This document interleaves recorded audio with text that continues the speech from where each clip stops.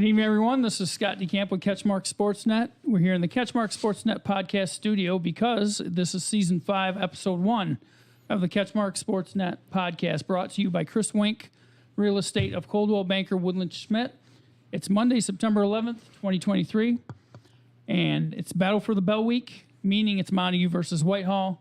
Kickoff is set for 7 p.m. Friday night at Townsend Athletic Complex. Beware. Construction is going on at Montague with a new gymnasium going up, so parking is less than ideal right now. So get there early if you want to get a good spot. So, for the first half of this this hour-long show, we're going to talk to members of Whitehall's football team. Let's welcome Senior Kamar Reddy. How you doing? Good. How are you? Good. And so, anyone that's attended Whitehall games so far knows that Craig Christensen likes to make a play on your name, on your last name, Reddy. What's your favorite one? Always ready and gotta get ready. That's right. I suggested to Andy Roberts from the Beacon that I think that some NIL deal might be coming from Little Caesars, that hot and ready. So I like that. And we also have Senior Malcolm Irvin. How you doing, Malcolm? I'm good. How about you? Doing well. So no nicknames for you? No, not yet. Not yet. Hopefully soon though. Yeah, if you stop getting those touchdowns wiped out. Oh yeah, That was a sweet run. Then Kamar had a great run too, right down the Wasing sideline, and then I don't know what happened from there, but he got you pretty good, didn't he? Killed after that. Yeah. And then we have head coach Tony Sigmund. Thanks for coming on, Tony. Yeah, thanks for having us. Sure. What's your nickname? Depends on what group chat you go ahead and probably follow. I don't know, probably Sig. Sig's pretty good. Yeah, that is a good one. So we have a visitor here. He's from the other side of the bridge. Sean Hadke played for Montague a number of years ago, a long time ago, right, Sean? So we sometimes get commenters in here. We appreciate them. So if you have any questions for these guys, Sean, and anyone else, let me know. But we are going to talk to Whitehall first, and around 7:30, maybe a little after, we're going to have 3 Montague guys in here. So, and then we'll have only 3-4 more days to the game. It says LeVar 4X. Love y'all, boys.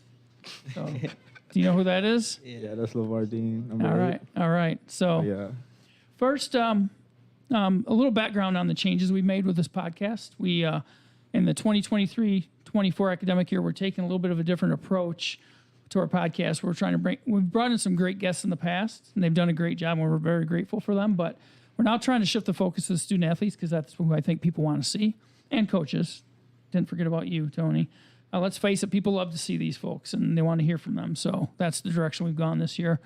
In order to accommodate the student athletes and coaches, we had to push back our time from 4 p.m. to 7 p.m. because they have practices and everything else, and we don't want to disrupt that. So our hope is to catch the athletes and coaches after those practices, and then because our podcasts remain on Mondays, we think there shouldn't be too many conflicts with games across various sports either. So, but we never be able to host such podcasts without the support of our sponsors, so we need to shout them out here real quick. Big Stone Therapies, Rescued 2.0 LLC, Grieve Law, Edward Jones with financial advisor Brett Adkins, Coldwell Banker Woodland Schmidt with David Duesenberry, Farm Bureau Insurance, the Kenny Agency, 5-Star Real Estate Leaders with Matt Parker, The Birdhouse, Scheid Plumbing, Heating, and Cooling, and Greenridge Realty with Chris Dykman and Sarah Real. And, of course, we couldn't forget our title sponsor, Chris Wink Real Estate, Coldwell Banker Woodland Schmidt. If you have ever wondered what your house or your property could potentially be worth in today's market, just reach out to Chris and his team, and they can get you a comfortable, man, I need to learn how to read. Sorry, Chris. Get you a comparable market analysis put together so you have the data to help guide you throughout the process. As a real estate agent, having strong working relationships with local lenders, Chris has the upper hand in being very creative and coming up with strategic ideas for all situations presented to his team during a potential purchase of a house or vacant land. These guys are trying to keep it in right now. Chris Wink takes pride in trying to provide the best customer service to his clients, ensuring that there is always an open line of communication. Being born and raised in the West Michigan area, Chris feels blessed to have found his calling and being able to help people buy and sell real estate in the area he was raised. So after all that, these guys are thinking, am I going to be able to talk at all or not? So we're going to let them do that now. So back to our guest in the big game. So what did you guys think when Coach said you're coming on the podcast? I was low-key shocked. I wasn't expecting all this, if I'm being honest. Just a little nervous. That's it. You guys you've been on one before, right? Nope. I thought neither of you been on one. So, just 'cause these guys are kind of quiet, but they're not when they're in the arena. You know, when they're on the field, when on the track and on the basketball court, they're loud and they make a lot of big plays. What would you say the reasons are why you'd want to bring these guys? I mean, I can see it, but for you, why do you think these guys deserve this maybe opportunity? Yeah, I mean, the first thing that comes to my mind is they're just warriors. They do a ton of, just kind of heavy lifting, so to speak, as far as blocking, and they're in the run game, they're in the pass game, and sometimes that their stats really shine, and then other times, they don't necessarily have the same wow factor, but they're consistently playing their best football week in and week out, and these guys are they're remarkable people, and they've just done a wonderful job for us, their entire career here. And, I felt like they needed to be recognized because right now I think you're hearing a lot about, Kyle, and, you're seeing what, Tran and Cam are doing, and that's all great in their own right. But, man, I'll tell you what, these guys, they really make us tick as much as anybody, and really wanted people to get to know them because they're wonderful people. No, and I would agree with that. And kind of furthermore, I think it takes a special person to be when you're on a team like that. Maybe on another team, you might see the ball. You might see 20 touches or something. You're not going to get as many touches on this team because there's so many good players, guys who can make plays. And what is it for you guys? What's in your mind? What's, I guess, your motivation for just continuing to be that, team player, not worrying about maybe necessarily the number of touches you get per game? I don't really think the touches matter because as long as the ball gets in the end zone, we win. So, yeah. What do you think, Malcolm? Really the same thing he said. As long as we're working together as a team, there's really nothing else that matters as long as we work together as a team. And what has been, speaking of touches and plays, I'm going to ask you about Malcolm. What has been his best play this year? Probably the one that got called back, the one where he went side to side. Yeah. I didn't get to see it in the game because I got hurt, but yeah. Was it better than his touchdown run at Tecumseh? Yeah. Or is it Tecumseh? How do you say that? I think that's a real mystery. I don't know. I know this, that we watched that film at my house, and my two kids, they're always watching. They want to know what Dad's doing and everything. So I'm like, hey, come here, check this out. And we watched it from the press box and the end zone copy, and I mean, it's just amazing. It's like there's one kid that's in almost kind of like fast forward, and everybody else is just kind of normal speed, and it's really just amazing to watch Malcolm hit a different gear. But then you look over at Kamar, and there are things that he's doing that are equally as impressive, and it's a real luxury to have both kids on our football team. It really is. He was next on that question because what would you say his best moment is, or do you think that's still to come? Because the moment I saw, and it's not football related, it was the Gus Macker. Was it the dunk over the dunk? That was one. It's like holy crap. Yeah. So for you, you got he's got it on his phone. Yeah, show that to everybody. Yep. So what'd you think of that when you saw that pop up? I didn't think he could jump that high, if I'm being honest. But I was proud of him, though. That was a father moment, I could say. So how tall are you then, Kamar? 6'2", Don't lie. 5'11". Yeah, that's impressive. Those hops. But what are you? What's your? How much do you weigh then, Kamar? Too. 155. And you're playing what positions again? Slot receiver, DB. And then what about for you? Height and weight and what positions? Oh, I'm 6 foot, 160. I play slot. Who's faster, Tony? Me. I'll tell you this. Malcolm is probably the fastest kid on our roster for sure. But I'll tell you this: as far as when it comes to pound for pound football player, Kamar is as good as they come. You're talking about like when he's playing football and like running the ball.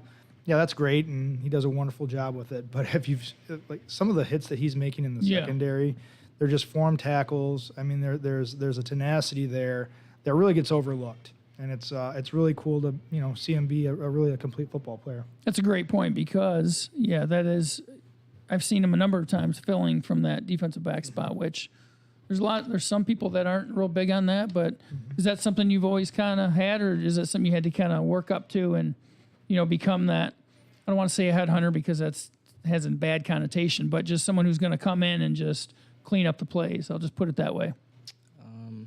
And make plays in space, really. I mean, it's always been there, but we still had to work a little for it. Mm-hmm.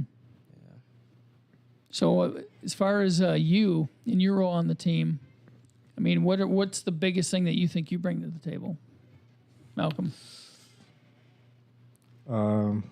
Probably me being available whenever I can be. Coach says the best ability is availability, so we kind of pride ourselves on that, being available at all times. Can you guys believe that that's your senior year, that your number of games is dwindling? I don't want to be negative Nancy here, but that's it's just the fact of the matter. But knowing that it's your senior year, how much urgency is there? I don't know. I feel like we just kind of take it day by day and just see how it plays out, not looking too much forward into the future. And what about, what can you say about that? Because you've been through this, you've been through college ball, you have different groups that come through, and I'm sure it's never easier as a coach either. Yeah, I mean, it's crazy to sit there and think where we are right now in the season because, we're seeing week 4, staring us in the face being Monday. But the other part of it is that, we've also had 2 weeks of camp as far as 2 days, things along those lines. We've gone to Veer camp, and, that was at the end of July. And, for me personally, I feel like that was right, that was yesterday. That was just, just a few short hours ago. And we're sitting here and now we're looking at it as far as what kids are really guaranteed in terms of high school football in Michigan. And they're guaranteed 11 weeks. And, right now, today is the start of really, that, what is it, week 5, week 6. So all things considered, these guys are in the moment. Their task at hand. Mondays are always very much detail-oriented.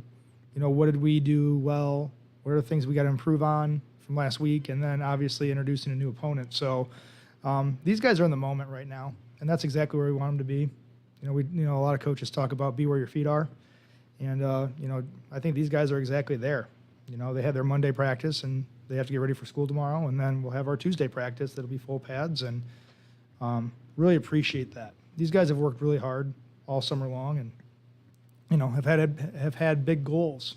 So right now we're 3-0, and they're in the process of doing a really nice job there. So, hey Malcolm, can you lower your mic a little bit? We're covering that model's face that you have there. Would you agree with that, or is that too much over the top? Is this good? Yeah, yeah, that's better. We can actually see you now. All right. We want to cover that face up, all right? So, you guys are obviously 3-0, as you stated. Last year set a program record for points. You haven't slowed down this year. You won your opener 34-28. Might have put more on the board had not run into some cramping issues here and there. And then 55-0 against Tecumseh, and then 56-28 against Hastings, and so off to a great start. But back to last year, that South Christian game, obviously, you guys were right there, had every chance to win that game and maybe be in that state title contention mix. And how much does that stick with you guys? As far as, is it something that you think about a lot, or is it something you just kind of, it just comes and you deal with it and you just move on? Definitely the game, that part moved on, but something we'll never get back is playing with those seniors and seeing how much it meant to them was just heartbreaking. How much does that motivate you guys just to kind of cherish what you got and just make the most of everything you got?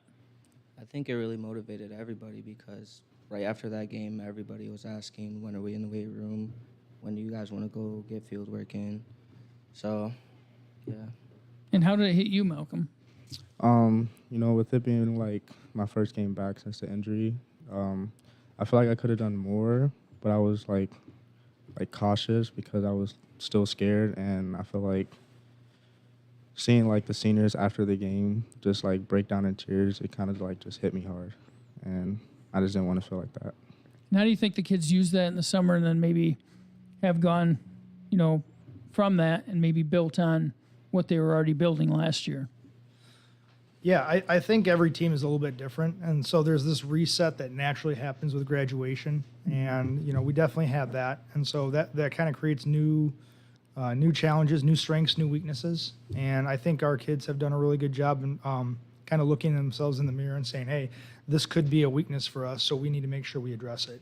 And I think that they've done a nice job with that this offseason. And then obviously playing to their strengths. We're very fortunate enough to have a lot of really good football players on our team, a very veteran group that's played a lot of football. And, these guys have also been a big part of, our varsity longer than what it's really done on paper because of the fifth quarter rule. So they've been around our coaches. They've been around, varsity athletes for quite some time. And, that's also in other programs. Kamar and Malcolm have been varsity athletes in several other sports. And that carries over. So, I think it is something that we've done a nice job kind of building to this season and really kind of, making sure that we just take it one step at a time, one day at a time too. And that's really, I think that's the toughest thing to do when you have an experienced group coming back, because, we just want to rush to the next thing, but they've done a really nice job staying grounded. So I tried to bait you guys into seeing who's faster, and Coach Sig said he was the fastest among them all. Who's pushing more weight in the weight room? That's also me. I mean, let's face it. We went to Culver's beforehand. I ate my burger the fastest. The end. That's common knowledge. Curls. That's right. And the cheese curds. That's right. Slow feet don't eat, guys. Food up there. Slow feet don't eat. The strongest. No, between you guys. Oh, I say it's pretty probably good right me. now. Probably me. Yeah. No, I'm definitely see, stronger. No, I'm definitely gonna say Who's got the better vert? Oh, he can have that. I kind of knew what that one was, but so this is a week. Obviously every game's important for you guys. You to get to the spot where you're at as a program. You don't, you have to look at all your games a certain way. But when you got the team, across the bridge, your rival Montague, it always means a little extra something just because these guys so well and everything. So this is the 117th meeting between Montague and Whitehall. The Wildcats lead at 64-50-2, but since 1950, the series is a lot tighter at 41-38 in favor of Montague. Last year, you guys got them pretty good, 60-6 at Whitehall. You guys bring a 3-0 record; they bring a 2-0 record. This season, you've outscored opponents 145-56 combined. They've outscored opponents 100-76. So, what does this game mean to you? If you just want to kind of say, this is your last Montague Whitehall game, what does it mean to you guys? It definitely means a lot because the community just comes together, and then cheers for us, obviously. And there's nothing like being on the field during a Whitehall Montague game, the big crowd, all the loud noises, and all that. Mm-hmm. I think it's just like just everybody coming together just to watch a football game with two teams that are really close together outside of football and outside of school. So, when the whistle blows, it's all good. But during the game, it's just football. That's it. And you not being from this area, but you've been coaching here long enough where you all the traditions and everything around here now. But what does it mean to you then? It's starting to have a little bit of a different meaning than when I first got here. With my own two kids, I have two sons. One's in fourth grade and one's in first grade now, and the conversation, they're figuring out what Dad does, and they know certain names, they know certain things in terms of football, and they know our football players, they know Kamar and they know Malcolm and they know Kyle and Jamar and everybody that's on our team, but when they're watching a team in blue, that's Montague. When they're watching a team in red, that's Whitehall. And, so the lines kind of blur there, for our family, to where there's a different layer, to football in our house in general. But now even, they're starting to understand it, which is cool because that means we've been here long enough. Mm-hmm. But, it's something to be said about, it's really one town in so many ways. Mm-hmm.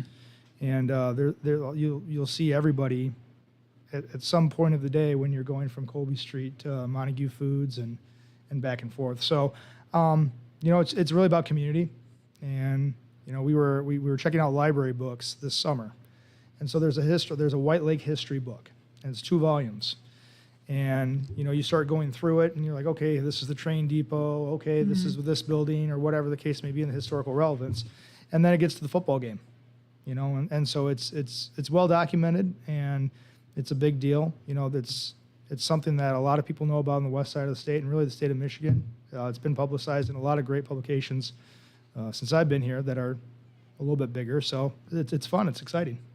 Yeah. So, in terms of, where you guys are at in the season, I mean, what are the things that you guys are happiest with? What are the areas you think you guys need to still work on? I'm really happy with the way that the O-line's been blocking. Definitely giving Kyle some extra time back there to get the pass off. And I don't really know what we need to work on right now. I say I'm really happy with how the team has come together over the past couple weeks. It's really a brotherhood between all of us, and that all started with Fair Camp days before that. So what's it going to take to win the game Friday then? What do you got to do? Play together, stay as one, and be disciplined. Play smart, play physical, and just listen to coach. So what do you see in what's the scouting report on Montague? What are you seeing that they're doing well right now? Well, I like their quarterback a lot. I think he's doing a wonderful job as a sophomore, moving around the pocket. I mean, you can tell that he's really taking a leadership role in the way that he's playing, that his teammates are responding to them. They've got good skill kids. In a lot of ways, it's kind of like looking in the mirror in terms of what they're trying to do and really having seen some of the successes there. Defensively, I see some big kids up front, and I see some guys with some pretty good motors. And, the one thing we don't have to worry about with Montague is the fact that we know that they have a ton of pride that they have when they step onto the football field. And this team has that as well. And we know that we're going to get their best game.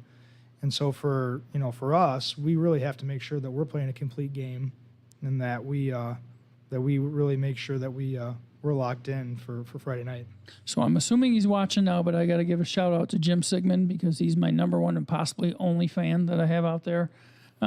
We always talk before or after Whitehall games, but Coach Sigmund talked about the possibility of a Jim and Jim show. So it would be his dad and then CJ's dad. So I don't know how well, if you know CJ's dad at all, but if you know Mr. Sigmund, Jim. But what do you know about him? And have you met him before? No. You've probably met them, and you're just wondering, who is that crazy guy who knows everything about me? I'm a little worried. I'm a little scared. Yeah, I don't know anything about him. How would you describe your dad?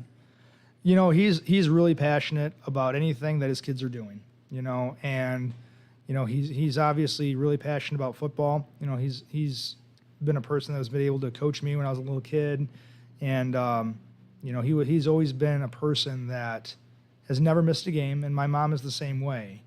And so when, we start talking about, how's practice going and how's this, football player and whatever the case may be, my parents are invested. They're invested into, how these guys are doing, and, they want to know, not just about, how they're playing or how their practice was, but, how's Malcolm doing, and how's Kamar doing, and everything along those lines. So they very much are, even though they don't live in the community, they are as invested in Whitehall football and Whitehall athletics as really anybody. And that's really, it's fun, right? That's the fun part of being able to follow high school sports. So it's interesting. They kind of have one foot in, just kind of ear to the ground as far as DeWitt, because obviously that's where we went to school and they have so many good ties there. But they're here every Friday night, making the 95-minute trip, and they wouldn't miss it for the world, And it doesn't matter if we're playing in Escanaba or Tecumseh, they're there because they want to watch these guys and how well they're playing. What was really cool after the last game, I'm sure it's happened before, was when I think your kids were running around maybe trying to kick field goals and playing around on the field afterwards, and your dad went and gave one of your sons a big old hug. I just thought, I didn't have my camera out, otherwise it would have been a phenomenal photo. But, I mean, how special is it to be able to share that? I mean, that's, for us, football is family. And, if there's anything that our guys can get out of our football program, it's that we're going to treat our kids, our football players, the way that, number one, we want to be treated as people. And then number two, if they were my blood, this is how we interact. This is how, there's good times, there's bad times, but, you can be mad at us and we can be mad at you, but, at the end of the day, we're going to love each other. And, that's what's special. And this team has that. That's the cool part. This team has that. And so when I sit there and I, like when I see like Kamar and Malcolm, walking through the hallways, we really don't have to say anything. We just get to look at each other and just say, hey, I have your back and you have mine, and that's pretty special. And a lot of guys feel that way. And I think you see that as far as how they play together and for each other. And, but it's more than that. So it's really cool. How special is that for you guys? Just have that dynamic, where it doesn't exist in every program, but it does in yours. So, I mean, what kind of feeling is that? It's just nothing like taking the field with your brothers, doing the thing that you both love. So, yeah. Basically what he just said. So one thing after Friday's game, you want to give some other different kids a chance to get interviewed and stuff. So I wanted to talk to a couple of linemen. One of the questions I had for Caden and Blake was, how do you block for Kyle Stratton when he zigzags all over the place? How do you guys block? I mean, how do you know where he's at, and how do you keep track of that? Because the dude is all over the place. You kind of just got to watch the defender's eyes, because, I mean, you just block him wherever he wants to go. So it just makes it easier. Yeah. If he's going one way, just go the opposite and block whoever's chasing him. For real. That's really it. What if you guys had to chase him down? How would that go? If you're on the other team, you had to chase him down. I would catch him. Yeah, that's easy for me. The funny thing is that, you're sitting there and asking the question about, what's it like blocking for Kyle? But if you watch our games, you could probably ask Kyle, what's it like blocking for Kamar? What's it like blocking for Malcolm? Because it's very similar to, hey, you just got to be ready. You got to keep playing. Yeah. He did that. And you got to be ready to roll. Yeah. And you're all capable of doing that. Yep. They're all capable of doing that. That's not a one person trait right now. So that's. I catch myself on Friday night saying, "Oh no, go. Okay, we're good. Okay, first down, touchdown, it's all good." You guys got any? We're getting close on our time here, but got any closing thoughts before we say goodbye to you guys and get the Montague group in here? You guys are going for your third straight win against Montague, in the series. So, any parting shot? Not parting shots. Coach Smith's not going to want to hear that. Yeah, no parting shots today. He wants to keep it. Yep. Keep it above the waist. Keep it above the waist, sportsmanship, all those things. What are your final thoughts about the week or just in general? I got nothing. It's just another step in our journey. That's it. Coach has got him well trained. Yeah, I just, really the most important thing is tomorrow. And I know that sounds really, really lame, but it really is, because if we want to have success on Friday, tomorrow's the only thing we have really in control of. So tomorrow's a really important day. All right, well, thanks a lot for joining me, guys. We got Senior Kamar Reddy, Senior Malcolm Irvin, and Coach Tony Sigmund. I'm Scott DeCamp. We're going to take a little break and get the Montague guys in here, but thanks for coming on, guys. I'm going to give you a little outro music. Thank you.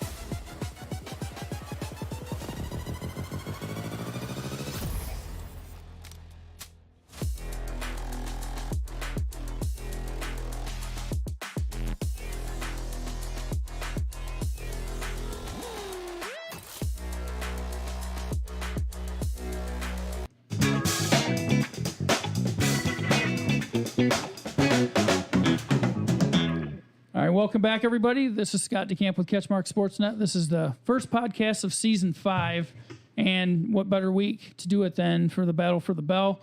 We had a few Whitehall representatives here joining us, and now we have Montague here. Three guys joining us that we're pleased to have with us. We have senior Adam Baird. How you doing, Adam? Good, you? Good.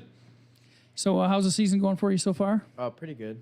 I'm liking the way our offense is executing a lot.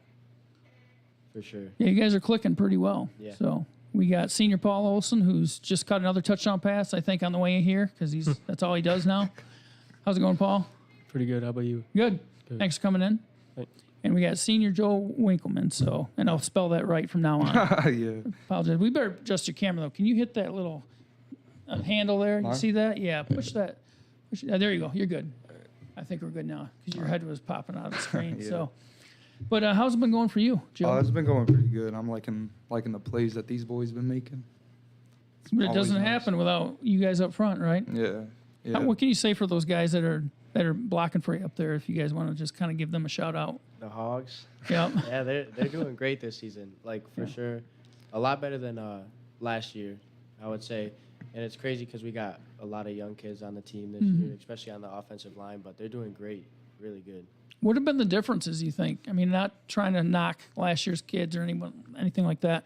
It's not what this is about, but you guys seem like to have a different vibe this year. What do you guys think it is? I know you guys can chime in. I think the leadership changed a lot, and I think that has a big thing to do with it. Yeah. Yeah. Not only that, I just think Montague's ready to start winning again. I think we're just sick of losing. Yeah. I think they just overall stepped up and have put in a lot of work and it's showing. So was this guy a TV star recently? Oh, yeah. Yeah. WCCM? Yeah. What was that like? It's pretty nerve-wracking because I've never done anything like that, Yeah. but it was a pretty cool experience. And now you're on a podcast. So, but what's it like in Montague when things are really rolling? And obviously, you guys, it's maybe your second year, third year, whatever, on varsity. You've been part of some successes, and obviously last year was a little bit of a struggle, of course. But what's it like in Montague when things are going well? It's crazy how the whole town just happy. Yeah. Everybody's happy. School's better. Teachers are better. But Stands are full. yeah, we just try to keep it in the team because when people are doubting us, we got our team. When people are believing in us, we still just got our team. So So what do you think about that whole dynamic? About what's it like suiting up for Montague and running out on the field, you guys carrying your flags and everything, and just those traditions and everything at Montague? Yeah, I mean, it's obviously Montague's a football school, so every time you go out there and play, it's the whole city's counting on you, but it's very fun. Yeah, tradition's really everything at Montague. The winning's a part of it. So speaking of dominating, Sean Hadke's dominating the comments right now.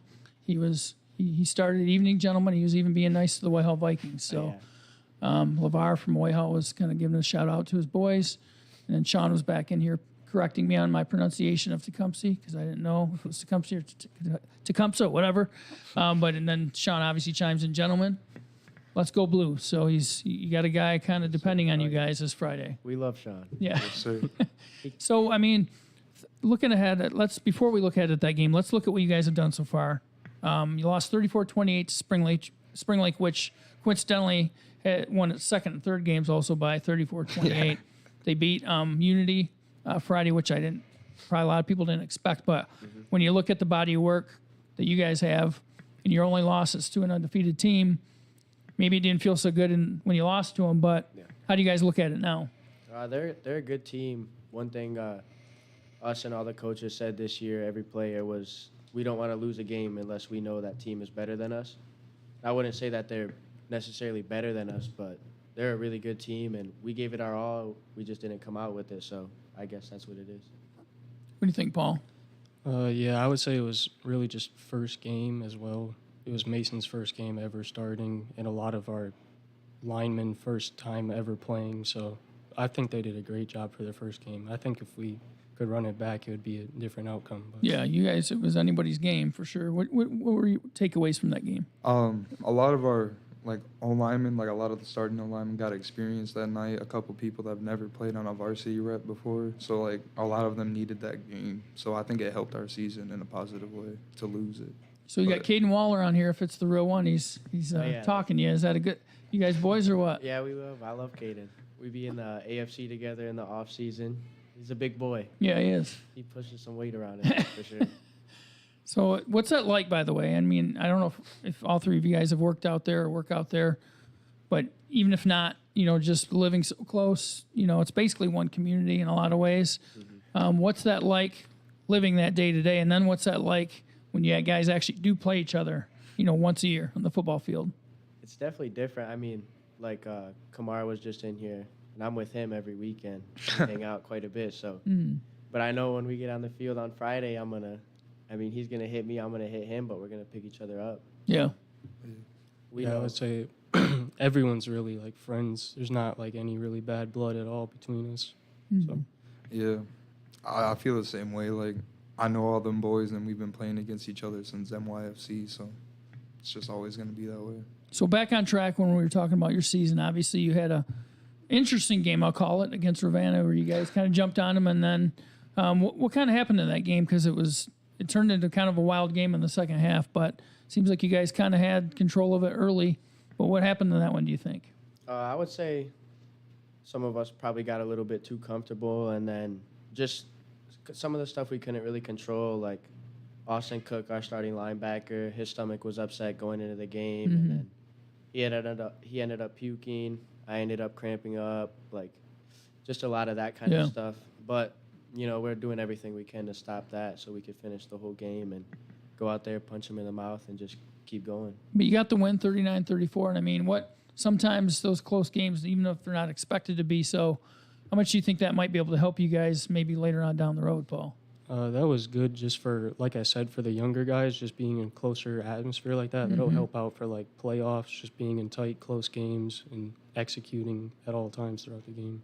And then shifting forward to the Orchard View game, obviously they start out 2-0, and I'm sure they were feeling good. And then how fun is it to go on an opponent's field and just kind of quiet that, to 33-8, that was a pretty convincing win. That really means everything to a team to like go out there and impose your will on their field. Like, if you can't do that, then like you're not dominating. That's everything to O-line and D-line. These Whitehall guys are on here, man.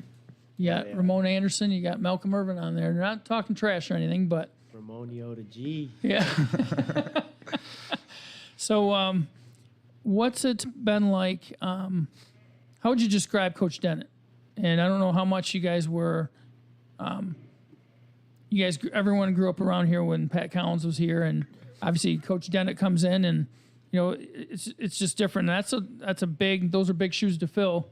But obviously the first year had a solid year, got to the regional finals, earned a share of the conference title. Last year was a struggle, but you still got in the playoffs despite the record. And then now you're off to a strong start. So, how much do you think he's grown too within the job, because it's a pressure job, and he's a young coach.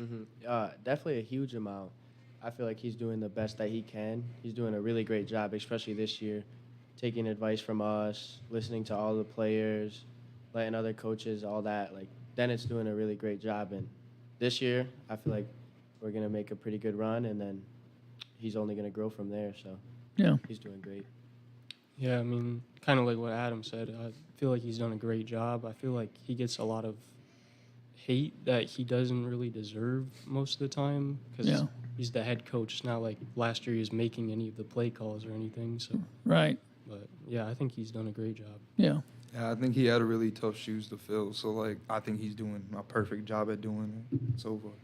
One guy I wanted to bring up, I brought him up last year as a guy to look out for, just because he's 6'8" and got Inspector Gadget arms and legs. You guys don't know what that is. You guys weren't even born when that cartoon came out. But he runs, I don't know, 4.5, 4.6, whatever he runs. It's freakish. How do you describe Isaiah Atchison, and what, like, I mean, how do you put that into words? What that is? I mean, because of that's a unicorn type stuff. It's a freak of nature. Yeah, you don't see that every day, and to have that weapon on our team is amazing. It's like really good when he's feeling good. His knee's not bugging him and stuff. He is an absolute weapon. I mean, you could double team him, whatever you want. He's gonna make a play if he wants to make that play. What do you think? Because you're in that position group with him and everything, same kind of thing. Kind of going off like what Adam said, he gets a lot of people don't even, I feel like, notice it, but he's double, even triple team sometimes on plays. So, I mean, which allows me to get the ball and all the other receivers, opens up the run game. So, yeah, it's huge having him on our team. And then from your perspective, I mean, obviously different position, but still. It was fun watching him run down the field, make a touchdown. So Ramon Anderson, is bringing it. He says we got Cam, which I was going to bring that up because I think if and when those two match up, I just got to get pictures and video just because you just got all that raw athleticism out there. D1 on D1 right there. However, don't overlook this guy here. I mean, this guy, I remember watching him come up as a sophomore. I remember him as a sophomore. I'm like, wow, who's this kid? Yeah, he's got some size and speed and everything too. So you guys aren't hurting for talent, are you? It's gonna come down to it. I'm excited for it. Just got to put it to work, the use. Yeah, I've heard talking about it from both sides. Think there's going to be some points scored. So. Oh yeah, both of our offenses are really good. I would say our offense this year is a lot better than last year, so it's definitely not just going to be 1 point or 0 points on the board. We'll get up there. Back to Isaiah, though, I just want to ask you about the non-football stuff, non-sports stuff. What's he like and what makes him tick? Because to an outsider such as myself, I mean, I know him a little bit, but not like you guys do. What's he really like? How would you describe him? He is the nicest person you'll ever meet in your life, probably. I mean, he doesn't ever have anything bad to say. He's just Isaiah's Isaiah. Teachers love him. Everyone loves him. Yeah, I mean, what Adam was saying, respectful, funny, just another. I feel like a lot of people don't really see that in Isaiah, but he really is just a genuine person. So yeah, he's just always cracking jokes, and he's like the light to be around. So fun. So I've heard, and I'm trying to do the math on it, but he might be the first D1 guy since Cody Cater, maybe from Montague. Was there another D1? Are we missing someone? I think. Was there one in football? No, Hayden was D2. I think. Didn't he get the opportunity though? He had. You could. Was he maybe a walk-on situation, or did he have a scout, maybe partial offer? I'm not 100%. Probably I don't know if it was like a FBS or whatever, FCS I think it is, whatever it is. But yeah, I say for sure, guaranteed D1 since Cater is probably Isaiah. Yeah, that doesn't happen in a school the size of Montague very often. But what about some of the other guys that maybe deserve a shout out that are doing really well that you think maybe you've even surprised a lot of people and maybe yourselves even? David Myers. That kid is a dog. Just no matter what, he just wants a pancake. He just wants to get after it. Don't matter if it take him 30 yards to push the guy or 5. He just wants it. Yeah, he's also a little freak. He'll just sit there at practice just screaming. I'm crazy. I'm saying he'll just yell, I'm crazy, and then just go pancake somebody. His energy is really good, too. What's he playing for you guys again? Right guard. Okay. Yeah. And what are you playing again? Center. Center, yeah. So center. You get to hear it and deal with it all the time. Yeah, all the time. Any double teams from you guys or not? Yeah, sometimes. What, does he just go nuts or what? Yeah. He ends up pushing me off the block half the time. The only time he's not going nuts is when coach says get on the line. Then he don't want nothing. He doesn't want nothing to do with that. Then he's quiet. So are you guys monitoring the message board or not here? The comments, because Ramon just got reprimanded by Malcolm. Malcolm says, Coach Six says you better chill out. You can't say that stuff. So the comment got deleted. I didn't see what it was, but we'll let it go. So maybe some friendly smack talk the game for game week. But no, you guys are all graduating, so you're not going to be around to see it. You'll be able to come back and see it. But the new gym going up, obviously it's probably made parking kind of interesting for you guys. Has it been a nightmare? Oh, and the first day of school I was actually late to class because I was sitting in a 30-minute line. Bro's always late to class. I've been good this year. I know it's hard to be late in a little school, but somehow I do it. I don't know. It's 400 square feet. Shouldn't be. What's it been like for you to navigate everything, Paul? I mean, I live right next to the school, so it's not that big of a deal for me, but I would say I am pretty bummed out that I'll never be able to really use that building. Yeah. It's going to be sweet for all the up-and-coming kids. Yeah, because you're a basketball player as well. You're a wrestler. Yeah. You don't do winter sport, do you? No, I used to wrestle, but not anymore. Yeah. Are you going to do it this year again? It's kind of a toss-up. Yeah. I mean, my dad really wants me to. I got that little bit in my heart that says, why not? Senior year, yeah. Yeah, but I might have to make some money this winter. So who's the craziest dude on your team? You probably already mentioned him. That's probably the guy, but Like hardest hitting or just like absolutely just? hardest. We'll start with hardest hitting. I'd say I'd probably have to give that to Big Country. Come on, man. I can eat that. It's got to be Austin Cook. It's just because he's faster. I mean, if I he's can get just- up to that speed. He's just like, What's he like? 5'9", 230? yeah, he's like, he's a hog. yeah. We call him Big Country. He'll roll his jersey up, belly sticking out of his pad. They're like, okay. So what's he playing for you guys again? We got him a little bit at like H-back. Yeah. And then linebacker. Mm-hmm. And then he'll get a few touches here and there on offense too. Yeah. Anyone else that you guys would give a shout out to? You said Myers, but who else? I mean, I'll give the obvious one for me, Mason. Yeah. saying. He's going to be pretty fun to watch, especially his senior year. Yeah, he's been finding it, hasn't he? Yeah. So how have these plays developed? Because it seems like, well, last week you had like an 86 and a 76-yard score. I think you've had maybe one or two others big plays like that. I mean, is it you're hitting them up top, over the top, or are you getting them underneath and you're just doing the rest with your legs? I mean, in Ravenna, it was over the top, but against Orchard View, it was just 5-yard curl routes that broke for 80 and 70. Yeah. Paul had to work his magic. Who's the fastest guy on the team? Paul. I'm gonna give it to him now. Yeah. I'm not even. Yeah. I'm not even gonna try to argue. Be Bro like, was jogging on them plays. Ramon is still typing.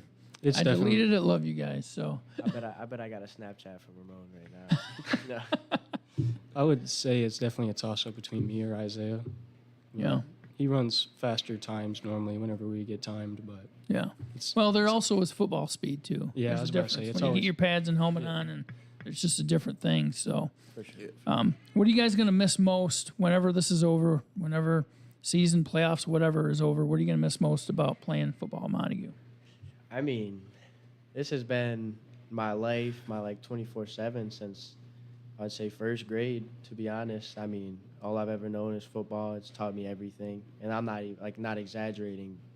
I've met all my best friends from football, even like the kids I know from Whitehall and Oak Ridge and all them just through a sport, and it's probably football. So I'd say it's definitely going to be hard when I'm either at work or in college at this time next year, like going to watch my boys play.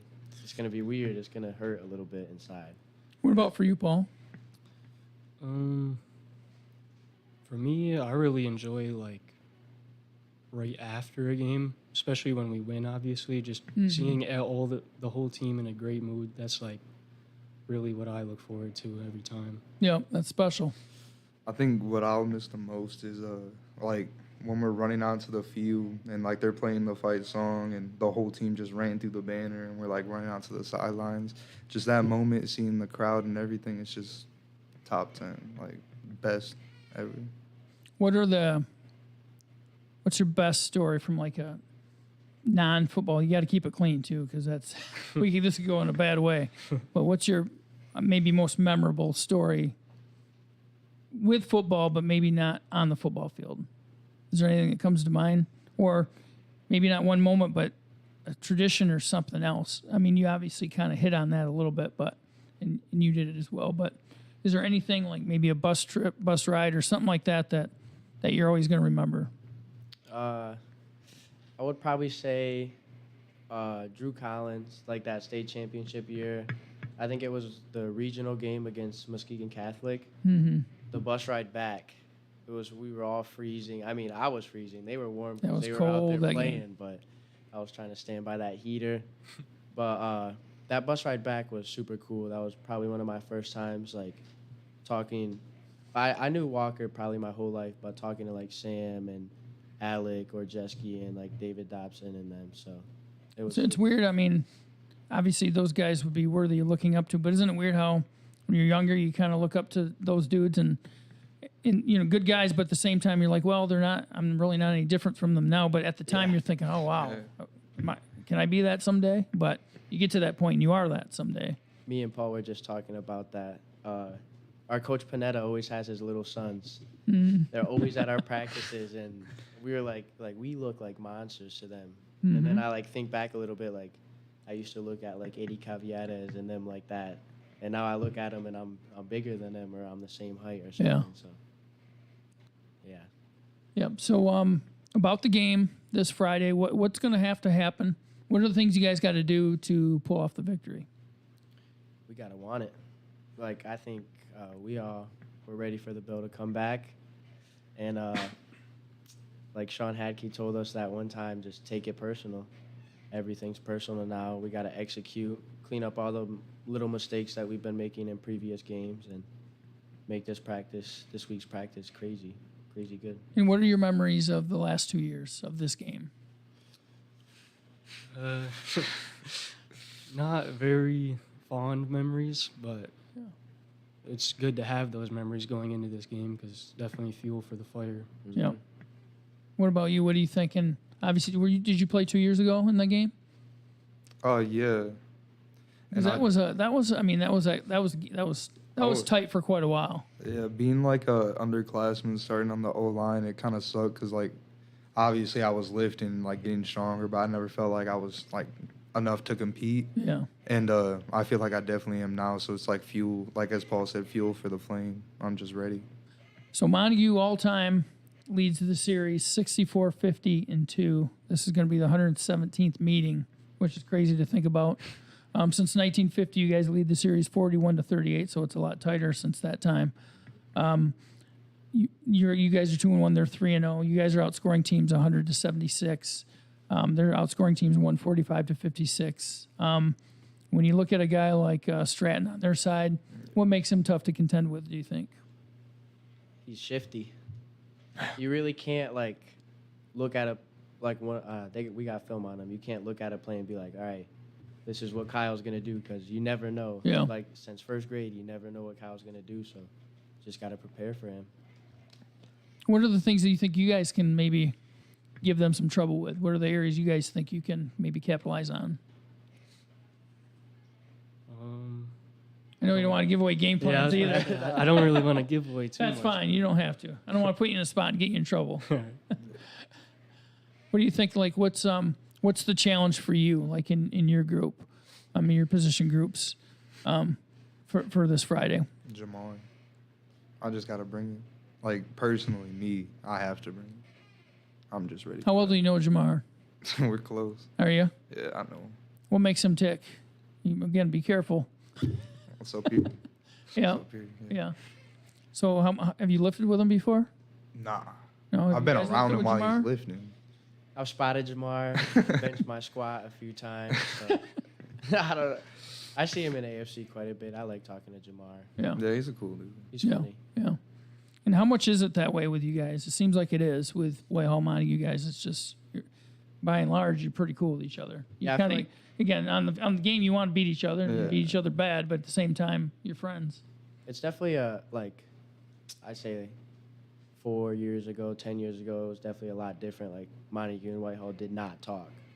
But now I feel like we're all like, there's no like crazy bad blood or anything like that. But we all know like Friday night comes, step up on the field, and I mean, we're going to pound each other until that 48 minutes is over. And then whoever's got that bell gets to talk the most crap to both.